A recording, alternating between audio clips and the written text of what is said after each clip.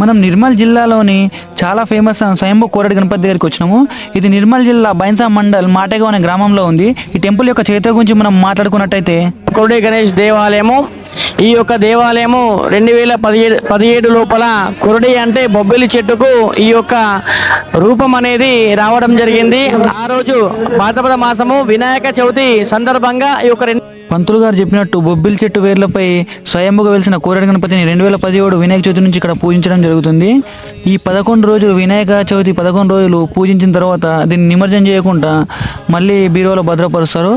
Only మిగతా టైంలో only photo మాత్రమే ఉంటుంది. ఈ టెంపుల్లో విగ్రహాన్ని మనం దర్శించుకోలేము. ఓన్లీ వినాయక చవితి టైంలోనే మనం ఈ విగ్రహాన్ని దర్శించుకోగలము.